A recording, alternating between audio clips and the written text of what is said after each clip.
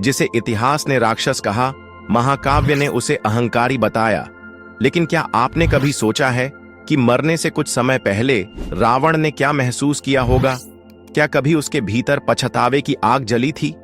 आज हम आपको लेकर चलेंगे अशोक वाटिका की उस रात में, जहां रावण सीता से नहीं बल्कि त्रिजटा से मिलने आया था और उसने वह प्रश्न पूछा जिसका उत्तर जानना शायद स्वयं रावण के लिए भी कठिन था। तो आइए जाने इस रोचक वृत्तांत को। रात घनी थी, लंका की हवाएं भी मानो थमी हुई थीं।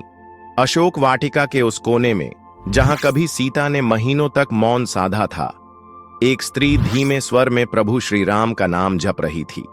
तभी त्रिजटा ने किसी के पैरों के आने की आहट सुनी।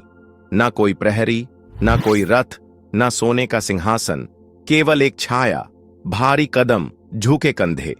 त्रिजटा ने सिर उठाया और बिना देखे ही रावण को पहचान लिया। लंका का राजा रावण, लेकिन यह रावण अलग था। न सिंहासन की चमक, न युद्ध का गर्जन, केवल एक थकी हुई आत्मा का बोझ। रावण उस वृक्ष के नीचे जाकर खड़ा हो गया जहां उसने कभी माता सीता को बैठे हुए देखा था।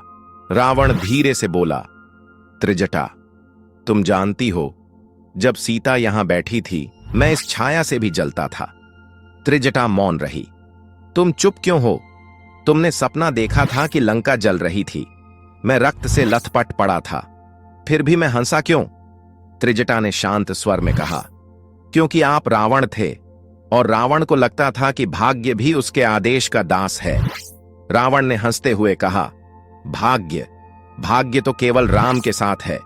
मैंने सोचा था कि मैं सीता को जीत लूंगा, नहीं तो छीन लूंगा, लेकिन त्रिजटा, मैं हार गया।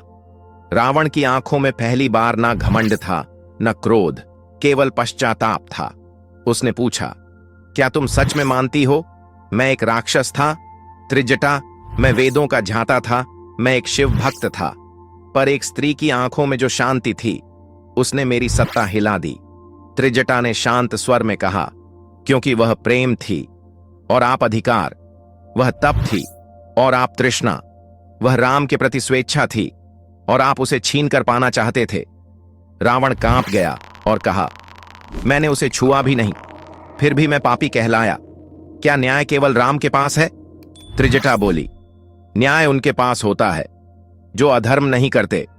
आपने उन्हें बंधक बनाया, जबकि उन्होंने आपकी इच्छा ठुकरा दी। यह प्रेम नहीं, उनका अपमान था। रावण ने त्रिजटा से कहा, यदि मैं सीता को लौटा देता तो क्या मैं रावण नहीं रहता?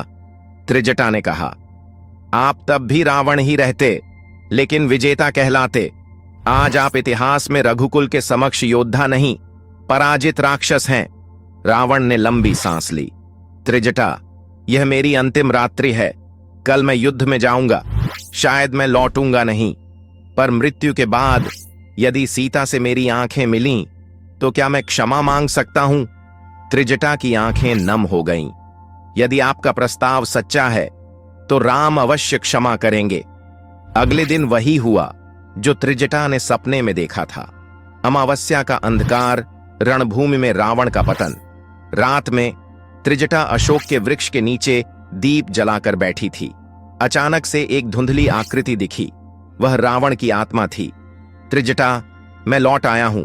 मैं राजा नहीं, केवल एक साधारण श्रापित आत्मा हूं। क्या तुम मुझे मुक्ति दे सकती हो?